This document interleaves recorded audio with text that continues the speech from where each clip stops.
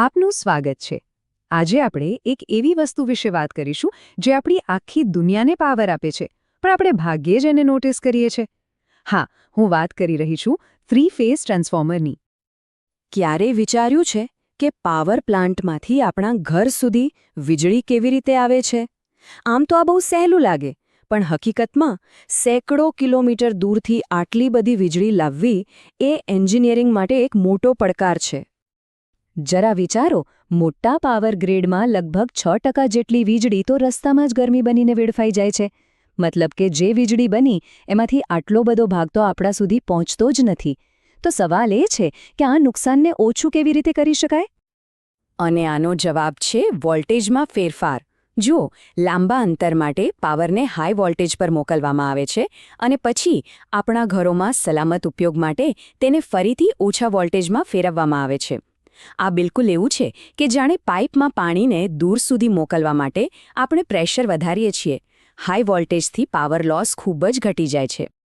બસ આ જ કામ કરવા માટે એક ખાસ ઉપકરણની જરૂર પડે છે, અને એ ઉપકરણ એટલે 3-ફેઝ સોલ્યુશન, જે આજની પાવર સિસ્ટમને સૌથી વધુ કાર્યક્ષમ બનાવે છે।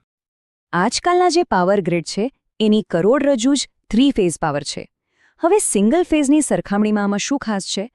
તો આમાં વીજળીનો પ્રવાહ વધુ સ્મૂધ, વધુ ભરોસાપાત્ર અને હા, વધુ પાવરફુલ હોય છે। એટલે કે એક કરંટના વેવને બદલે 3 વેવ એકસાથે એકદમ તાલમેલમાં કામ કરે છે, જેનાથી પાવર ડિલિવરી સતત મળતી રહે છે। અને આ વોલ્ટેજને વધારવા અને ઘટાડવાનું કામ કરે છે ટ્રાન્સફોર્મર। આ એક એવું ઇલેક્ટ્રિકલ ડિવાઇસ છે જે ઇલેક્ટ્રોમેગ્નેટિક ઇન્ડક્શનથી કામ કરે છે।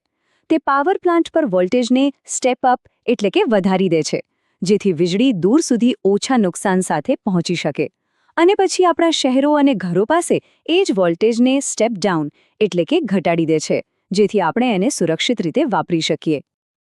હવે સૌથી રસપ્રદ વાત તો ટ્રાન્સફોર્મરની કાર્યક્ષમતા છે। તે 99% પણ વધુ એફિશિયન્ટ હોય છે। આ ખરેખર અકલ્પનીય છે। આનું કારણ એ છે કે એમાં મોટર કે જનરેટરની જેમ કોઈ ફરતા ભાગો નથી હોતા, એટલે લગભગ બધી જ ઊર્જા વેડફાયા વગર એક સર્કિટમાંથી બીજી સર્કિટમાં પહોંચી જાય છે। કદાચ એટલે જ તે દુનિયાના સૌથી કાર્યક્ષમ મશીનોમાંથી એક છે। તો ચાલો હવે આપણે આ અદ્ભુત મશીનની અંદર ઝાંકીને જોઈએ, જાણીએ કે આના મુખ્ય ભાગો કયા કયા છે અને તે કેવી રીતે કામ કરે છે। ટ્રાન્સફોર્મરનું હૃદય છે તેનું લેમિનેટેડ કોર। તે સિલિકોન સ્ટીલની પાતળી પટ્ટીઓથી બનેલો હોય છે અને દરેક પટ્ટી એકબીજાથી ઇન્સ્યુલેટેડ હોય છે। આ કોર એક મેગ્નેટિક હાઇવે જેવું કામ કરે છે, અને આ જે પાતળી પટ્ટીઓ છે ને એ એડી કરન્ટ નામના અનિચ્છનીય પ્રવાહોને ઘટાડે છે, જેનાથી ઊર્જાનો બગાડ ઓછો થાય છે। જો આપણે મુખ્ય ભાગોની વાત કરીએ તો તે એકદમ સરળ છે। એક તો છે આ મેગ્નેટિક કોર, જેના વિશે આપણે હમણાં જ વાત કરી। પછી આવે છે પ્રાઇમરી વાઇન્ડિંગ્સ, જ્યાંથી વીજળી અંદર આવે છે એટલે કે ઇનપુટ, અને છેલ્લે સેકન્ડરી વાઇન્ડિંગ્સ, જ્યાંથી વીજળી બહાર જાય છે એટલે કે આઉટપુટ। ભલે કામ કરવાનો સિદ્ધાંત એક જ હોય, પણ ટ્રાન્સફોર્મર મુખ્યત્વે 2 અલગ અલગ ડિઝાઇનમાં બને છે। એક છે કોર ટાઈપ અને બીજું છે શેલ ટાઈપ। ચાલો જોઈએ કે આ બંનેમાં શું ફરક છે। પહેલા વાત કરીએ કોર ટાઈપની। આ ડિઝાઇનમાં વાઇન્ડિંગ્સ એટલે કે વાયરના ગૂંચળા સ્ટીલ કોરના મોટા ભાગની આસપાસ વીંટાળેલા હોય છે। અહીં કોર અંદર હોય છે અને વાઇન્ડિંગ્સ બહાર। હવે શેલ ટાઈપમાં બરાબર એનાથી ઉલટું છે। અહીં કોર પોતે જ વાઇન્ડિંગ્સની આસપાસ એક રક્ષણાત્મક કવચ એટલે કે શેલ જેવું બનાવે છે। આનાથી વાઇન્ડિંગ્સને વધુ સારો યાંત્રિક અને ચુંબકીય સપોર્ટ મળે છે। તો આ બંનેમાંથી કયું ક્યારે વપરાય? જુઓ, કોર ટાઈપમાં વાઇન્ડિંગ્સ બહાર હોવાથી તેને ઠંડુ કરવું સહેલું છે, એટલે તે મોટાભાગે હાઈ વોલ્ટેજ એપ્લિકેશનમાં વપરાય છે। બીજી બાજુ શેલ ટાઈપમાં કોર બહાર હોવાથી વાઇન્ડિંગ્સને વધુ સુરક્ષા મળે છે, એટલે તે લો વોલ્ટેજ પણ હાઈ પાવર એપ્લિકેશનમાં વધુ ઉપયોગી છે। સારું, આપણે રચના તો સમજી લીધી, પણ આ બધું જાણવું શા માટે જરૂરી છે? કારણ કે આ ટ્રાન્સફોર્મર્સ આપણી આસપાસ દરેક જગ્યાએ છે અને ચૂપચાપ આપણા જીવનને સરળ બનાવી રહ્યા છે। ચાલો જોઈએ કે તે ક્યાં ક્યાં જોવા મળે છે। સૌથી પહેલાં તો પાવર ગ્રીડમાં। જે મોટા સબસ્ટેશનો આપણે જોઈએ છીએ ત્યાં આ ટ્રાન્સફોર્મર્સ હાઈ વોલ્ટેજને સ્ટેપ ડાઉન કરીને આપણા વિસ્તારો અને ઘરો સુધી પહોંચાડે છે. દરેક ગલીના નાકે દેખાતા ટ્રાન્સફોર્મર આ જ કામ કરે છે. પછી આવે છે મોટા ઉદ્યોગો. ફેક્ટરીઓમાં જે ભારે મશીનરી અને મોટરો ચાલે છે, જેને ખૂબ જ સ્થિર અને શક્તિશાળી 3-ફેઝ પાવરની જરૂર હોય છે, તે બધી આ ટ્રાન્સફોર્મર્સ પર જ નિર્ભર છે. અને હા, રેલવે સિસ્ટમ્સને કેવી રીતે ભૂલી શકાય? ઇલેક્ટ્રિક ટ્રેનો જે ઓવરહેડ લાઇનોમાંથી પાવર લે છે, તે લાઇનોને પણ ટ્રેક પર લગાવેલા ખાસ ટ્રાન્સફોર્મર્સ દ્વારા જ પાવર આપવામાં આવે છે. એટલે કે આપણી આધુનિક ટ્રાન્સપોર્ટ સિસ્ટમ પણ આ ટેકનોલોજી પર ચાલે છે. તો આના પરથી આપણે શું શીખ્યા? એ જ કે સ્ટીલ અને તાંબાનું બનેલું આ સાધારણ દેખાતું બોક્સ આપણા આધુનિક જીવનનો પાયો છે. પણ એક સવાલ એ પણ છે કે જેમ જેમ આપણી ઊર્જાની જરૂરિયાતો વધી રહી છે અને પાવર ગ્રીડ વધુને વધુ સ્માર્ટ બની રહ્યા છે, ત્યારે આ પાયાની ટેકનોલોજીનું ભવિષ્ય કેવું હશે? આ એક વિચારવા જેવી વાત છે. આપણે જ્યારે પણ કોઈ સ્વિચ ઓન કરીએ છીએ ત્યારે તરત જ લાઇટ ચાલુ થઈ જાય છે, ખરું ને? પણ શું આપણે ક્યારેય વિચાર્યું છે કે આ બધું કેવી રીતે શક્ય બને છે? આજે આપણે એ જ અદૃશ્ય શક્તિના સ્ત્રોત વિશે વાત કરવાના છીએ, જે આપણી આખી દુનિયાને ચલાવે છે. એક એવી ટેકનોલોજી જે આપણી ચારે બાજુ છે, છતાં આપણું ધ્યાન ક્યારેય તેના પર જતું નથી. તો ચાલો આજે આ રહસ્ય પરથી પડદો ઉઠાવીએ. વિચારો, સેંકડો કિલોમીટર દૂર કોઈ પાવર પ્લાન્ટમાં વીજળી બને છે અને એ જ વીજળી આપણા હાથમાં રહેલા ફોનને ચાર્જ કરવા સુધી એકદમ સુરક્ષિત રીતે પહોંચી જાય છે. હા, કેવી રીતે થાય છે? આનો જવાબ એક એવી એન્જિનિયરિંગ કમાલમાં છુપાયેલો છે જે આપણે લગભગ દરરોજ જોઈએ છીએ, પણ કદાચ એને ઓળખતા નથી. જુઓ, વીજળીની લાંબી મુસાફરીમાં એક મોટો દુશ્મન છે એનર્જી લોસ, એટલે કે ઊર્જાનો વ્યય. જેમ પાણીને લાંબી પાઇપમાંથી પસાર કરીએ તો ઘર્ષણને કારણે તેનો ફોર્સ ઓછો થઈ જાય છે, બસ એ જ રીતે વીજળી પણ લાંબા તારમાંથી પસાર થાય ત્યારે ગરમીના રૂપમાં વેડફાઈ જાય છે. જો આ સમસ્યાનો કોઈ ઉકેલ ન હોત તો કદાચ આજે પણ આપણા મોટાભાગના શહેરો અંધારામાં જ હોત. તો આજે આપણે આખી વાતને બરાબર સમજીશું. પહેલાં પાવરની લાંબી મુસાફરી વિશે જાણીશું, પછી વોલ્ટેજ કેવી રીતે બદલાય છે એ જોઈશું, ટ્રાન્સફોર્મરની અંદર શું હોય છે એ સમજીશું, એના મુખ્ય ભાગો, એ કેવી રીતે ઠંડુ રહે છે, અને છેલ્લે એ આપણા માટે આટલું મહત્વનું કેમ છે એની પણ વાત કરીશું. તો ચાલો સફર શરૂ કરીએ. એક એવા વિશાળ જાળાની કલ્પના કરો જે પાવર પ્લાન્ટથી શરૂ થઈને સીધો આપણા ઘરના સ્વિચબોર્ડ સુધી ફેલાયેલું છે. આ છે આપણું ઇલેક્ટ્રિકલ ગ્રીડ. અને આ લાંબી મુસાફરીનો અસલી હીરો એક ખાસ મશીન છે. અને એ હીરો છે ટ્રાન્સફોર્મર. સાદી ભાષામાં કહીએ તો એ વીજળી માટેનું એક વોલ્યુમ કંટ્રોલર છે. પાવર પ્લાન્ટમાંથી આવતા પાવરના વોલ્ટેજને એ એટલો બધો વધારી દે છે કે તે લાંબા અંતર સુધી સહેલાઈથી ઊર્જા ગુમાવ્યા વગર પહોંચી શકે, અને પછી આપણા ઘર સુધી પહોંચતા પહેલાં એ જ વોલ્ટેજને એકદમ સુરક્ષિત લેવલ પર લાવી દે છે. પણ બધા ટ્રાન્સફોર્મર એક સરખા નથી હોતા. આપણા પાવર ગ્રીડમાં જે ખાસ પ્રકાર વપરાય છે તે છે 3-ફેઝ ટ્રાન્સફોર્મર. હવે સવાલ એ થાય કે આ 3-ફેઝનો મતલબ શું અને આ આટલું બધું જરૂરી કેમ છે? આનો તફાવત સમજવો બહુ સહેલો છે. આપણા ઘરમાં જે સિંગલ ફેઝ પાવર આવે છે એને એવું સમજો કે કોઈ એક જ વ્યક્તિ કોઈ વસ્તુને ધક્કો મારી રહ્યો છે. ધક્કો લાગે પણ તેમાં થોડો ઉતાર ચઢાવ આવે. જ્યારે 3-ફેઝ પાવર એટલે જાણે 3 લોકો વારાફરતી સતત ધક્કો મારી રહ્યા છે. પરિણામ એકદમ સ્મૂધ, સ્થિર અને બહુ જ શક્તિશાળી પાવર. બસ આ જ સ્થિરતાને કારણે મોટી મોટી ફેક્ટરીઓ અને આપણું આખું પાવર ગ્રીડ તેના પર ચાલે છે. અને આની કાર્યક્ષમતા કેટલી છે ખબર છે? તમે માનશો નહીં, મોટા પાવર ટ્રાન્સફોર્મર્સ 99%થી પણ વધારે કાર્યક્ષમ હોય છે. આનો મતલબ એ થયો કે જો 100 યુનિટ વીજળી તેમાંથી પસાર થાય તો 99 યુનિટ સહેજ પણ નુકસાન વગર આગળ પહોંચી જાય છે. કોઈપણ મશીન માટે આટલી બધી એફિશિયન્સી મેળવવી એ કોઈ ચમત્કારથી ઓછું નથી. સારું, અત્યાર સુધી આપણે એ તો જાણ્યું કે ટ્રાન્સફોર્મર શું કરે છે, પણ હવે અસલી સવાલ એ છે કે તે આ બધું કરે છે કેવી રીતે? તો ચાલો હવે આ મશીનની અંદર જઈએ અને તેના રહસ્યોને સમજીએ. કોઈપણ ટ્રાન્સફોર્મરના કેન્દ્રમાં બે સૌથી મુખ્ય ભાગ હોય છે. એક છે કોર અને બીજું છે વાઇન્ડિંગ્સ. સાચું કહું તો આ બંને મળીને જાણે આ મશીનનું ધબકતું હૃદય બનાવે છે. ચાલો સૌથી પહેલા વાત કરીએ વાઇન્ડિંગ્સની. દેખાવમાં તો આ ખાલી તાંબાના તારના ગૂંચળા જ છે, પણ અસલી જાદુ એટલે કે વોલ્ટેજને વધારવા ઘટાડવાનું કામ બસ અહીં જ થાય છે. તો આ કામ કેવી રીતે કરે છે? સમજો કે બે ગૂંચળા છે. એક ગૂંચળામાં વીજળી અંદર આવે છે, જેને પ્રાઇમરી વાઇન્ડિંગ કહેવાય છે.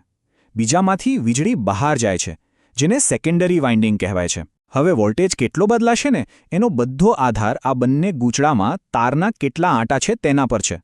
જો સેકન્ડરીમાં વધારે આંટા હોય તો વોલ્ટેજ વધી જાય અને જો ઓછા આંટા હોય તો વોલ્ટેજ ઘટી જાય. એકદમ સરળ સિદ્ધાંત છે, પણ તેની અસર ખરેખર ક્રાંતિકારી છે.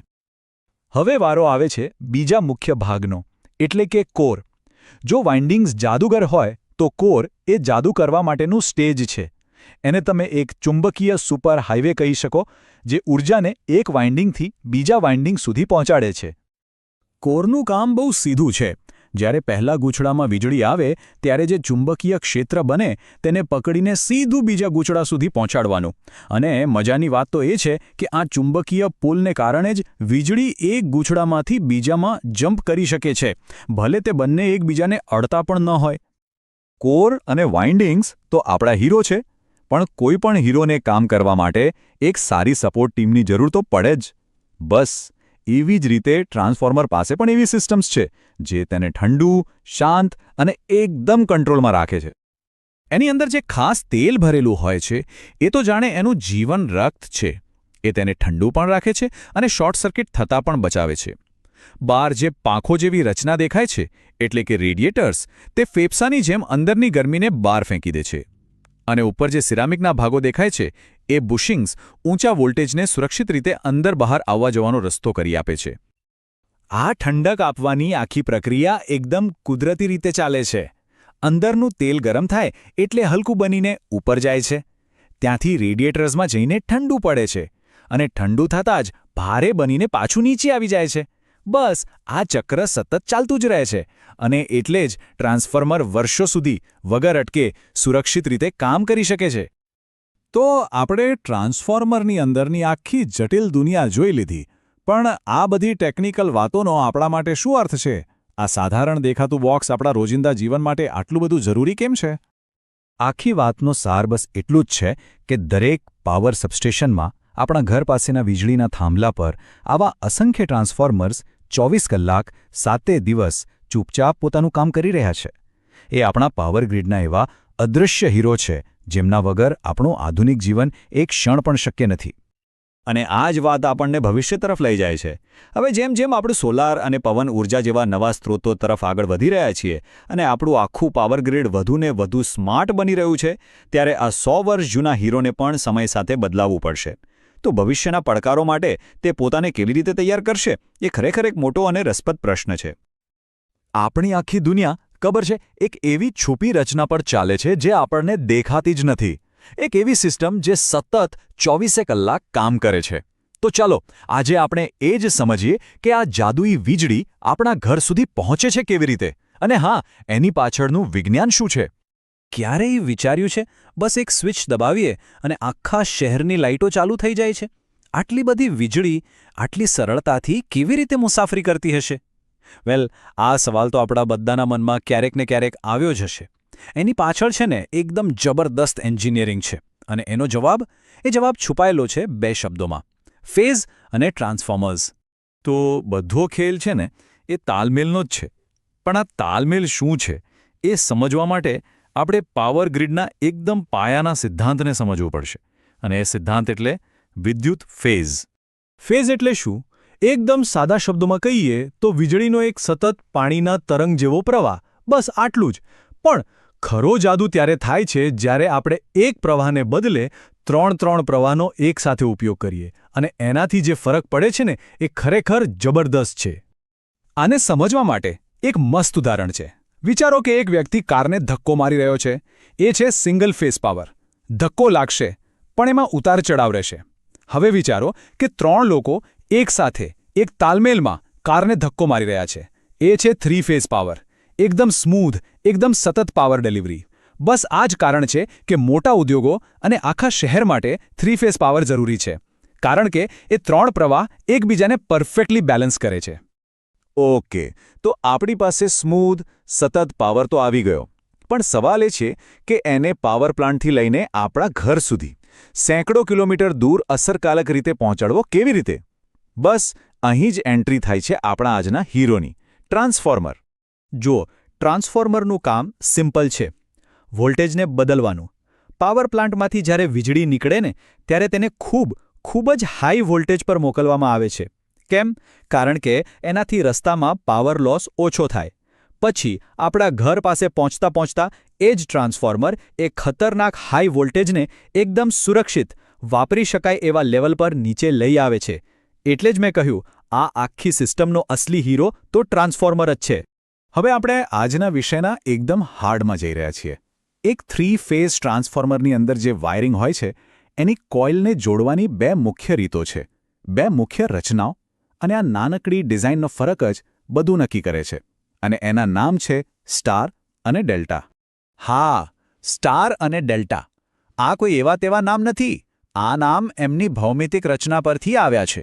અને આ 2 અલગ રીતો જ નક્કી કરે છે કે કોઈ ટ્રાન્સફોર્મર ક્યાં અને કેવી રીતે સૌથી સારું પરફોર્મ કરશે. ચાલો જોઈએ કેવી રીતે. પહેલું છે સ્ટાર કનેક્શન, જેને વાય કનેક્શન પણ કહે છે. કેમ? કારણ કે એનો આકાર જ એવો છે. 3 કોઇલ એક સેન્ટ્રલ પોઈન્ટ પર આવીને મળે છે, બિલકુલ અંગ્રેજી અક્ષર વાયની જેમ. અને આનો સૌથી મોટો, સૌથી અગત્યનો ફાયદો એ છે કે આ સેન્ટ્રલ પોઈન્ટ એક ચોથો ન્યુટ્રલ વાયર બનાવે છે. આ ન્યુટ્રલ વાયરને કારણે જ ઘરો અને ઓફિસોમાં અલગ પ્રકારના ઉપકરણોને પાવર આપવું શક્ય બને છે. એટલે આ મિશ્ર લોડ માટે એકદમ બેસ્ટ છે. અને હવે બીજું કનેક્શન, ડેલ્ટા. આ સ્ટારથી બિલકુલ અલગ છે. અહીં કોઇલ એકબીજાના છેડે જોડાઈને એક બંધ ત્રિકોણ બનાવે છે, ગ્રીક અક્ષર ડેલ્ટા જેવો. અહીં કોઈ સેન્ટ્રલ પોઈન્ટ નથી, મતલબ કે કોઈ ન્યુટ્રલ વાયર પણ નથી. આ ડિઝાઇન એકદમ મજબૂત છે અને એટલે જ એ હેવી ડ્યુટી કામ માટે, જેમ કે ફેક્ટરીની મોટી મોટરો ચલાવવા માટે આદર્શ છે, જ્યાં એક સંતુલિત હાઈ પાવરની જરૂર હોય. સારું, તો હવે જ્યારે આપણે બંનેને સમજી લીધા છે, ચાલો એક નજર નાખીએ એમના સામસામેના તફાવત પર, સ્ટાર વર્સિસ ડેલ્ટા. તો ટેબલ પરથી એકદમ સ્પષ્ટ છે, બરાબર? સ્ટાર કનેક્શન એના વાય આકાર અને ન્યુટ્રલ પોઈન્ટ સાથે આપણને આપે છે લવચિકતા. એટલે જ એ વીજળીના વિતરણ માટે, એટલે કે ડિસ્ટ્રીબ્યુશન નેટવર્ક્સ માટે વપરાય છે. બીજી બાજુ ડેલ્ટા એના બંધ ત્રિકોણ આકાર સાથે ન્યુટ્રલ પોઈન્ટ વગર આપે છે તાકાત. એટલે એ હાઈ પાવર ટ્રાન્સમિશન અને ઇન્ડસ્ટ્રીઝ માટે પરફેક્ટ છે. બંનેની પોતાની ખાસિયત છે અને બંનેનું પોતાનું આગવું મહત્વ છે. અને હવે એક મજાની વાત અહીં પૂરી નથી થતી. ઇજનેરો આટલેથી નથી અટકતા. એ લોકો આ બંને કનેક્શનને મિક્સ એન્ડ મેચ પણ કરી શકે છે. મતલબ કે ટ્રાન્સફોર્મરની એક બાજુ સ્ટાર હોય અને બીજી બાજુ ડેલ્ટા, અથવા ઉલટું, સ્ટાર ડેલ્ટા, ડેલ્ટા સ્ટાર. આ કોમ્બિનેશનથી પાવર સિસ્ટમને જેવી જરૂર હોય બરાબર એવી જ રીતે ડિઝાઇન કરી શકાય છે. આનાથી એન્જિનિયરિંગમાં જે ફ્લેક્સિબિલિટી મળે છે એ અકલ્પનીય છે. ઓકે, આ બધી ટેકનિકલ વાતો તો થઈ ગઈ, સ્ટાર, ડેલ્ટા, ન્યુટ્રલ પોઈન્ટ. પણ સવાલ એ છે કે આ બધાનો આપણી રોજિંદી જિંદગીમાં શું અર્થ છે? આ જોડાણો આટલા બધા મહત્વના કેમ છે? ચાલો સિદ્ધાંતમાંથી હવે વાસ્તવિક દુનિયામાં જઈએ. આ એક આંકડો જુઓ, 1.73, 1.73. આ આંકડો જ બધું કહી દે છે. આનો મતલબ એ છે કે 3-ફેઝ સિસ્ટમ એટલા જ કરંટમાં સિંગલ ફેઝ સિસ્ટમ કરતાં લગભગ 1.5 ગણી વધારે શક્તિ પહોંચાડી શકે છે. વિચારો, આનો સીધો ફાયદો શું? ઓછા વાયરમાં, ઓછા ખર્ચામાં ઘણો બધો વધારે પાવર. અને આ જ કારણ છે કે આપણી આખી પાવર ગ્રેડ આટલી કાર્યક્ષમ છે. તો આ બધી વાતનો સાર શું? વાસ્તવિક દુનિયા પર આની અસર શું છે? પહેલું, કાર્યક્ષમતા. ઓછા તાંબાના વાયરમાં વધુ પાવર, મતલબ કે ઓછો ખર્ચ અને ઓછો બગાડ. બીજું, વિશ્વસનીયતા. હોસ્પિટલના સંવેદનશીલ મશીનો હોય કે પછી આપણા ડેટા સેન્ટર્સ, એમને એકદમ સ્થિર, સતત પાવર મળે છે. અને ત્રીજું, લવચિકતા. સ્ટાર અને ડેલ્ટા જેવા અલગ જોડાણોને કારણે આપણી પાવર સિસ્ટમ એક ફેક્ટરીની વિશાળ મોટરથી લઈને આપણા ઘરના નાના મોબાઈલ ચાર્જર સુધી બધી જરૂરિયાતો પૂરી કરી શકે છે. આ વાતને એક વાક્યમાં કહેવી હોય તો સ્ટાર અને ડેલ્ટા વચ્ચેની પસંદગી એ એક એવો પાયાનો ડિઝાઇન નિર્ણય છે જે આપણી આખી વિદ્યુત ગ્રીડની સ્થિરતા અને કાર્યક્ષમતાને આકાર આપે છે. આ કોઈ નાની સૂની ટેકનિકલ વાત નથી. આ એક એવો નિર્ણય છે જેના પર આપણી આખી આધુનિક દુનિયા ટકેલી છે. તો હવે પછી જ્યારે પણ કોઈ સ્વિચ ઓન કરો કે કોઈ મોટી ફેક્ટરી જુઓ ત્યારે એક ક્ષણ માટે વિચારજો. એની પાછળ એક છુપી ભૂમિતિ કામ કરી રહી છે. આપણી દુનિયાને શક્તિ આપતી એ રચના. સ્ટાર અને ડેલ્ટાની એક સુંદર, શક્તિશાળી અને એકદમ શાંત સિસ્ટમ જે ચૂપચાપ આપણી આખી દુનિયાને ચલાવી રહી છે. આ વિડીયોમાં મજા આવી? જો તમને આ વિડીયો ગમ્યો હોય તો તેને લાઇક કરો અને તમારા અન્ય મિત્રો સાથે પણ શેર કરો.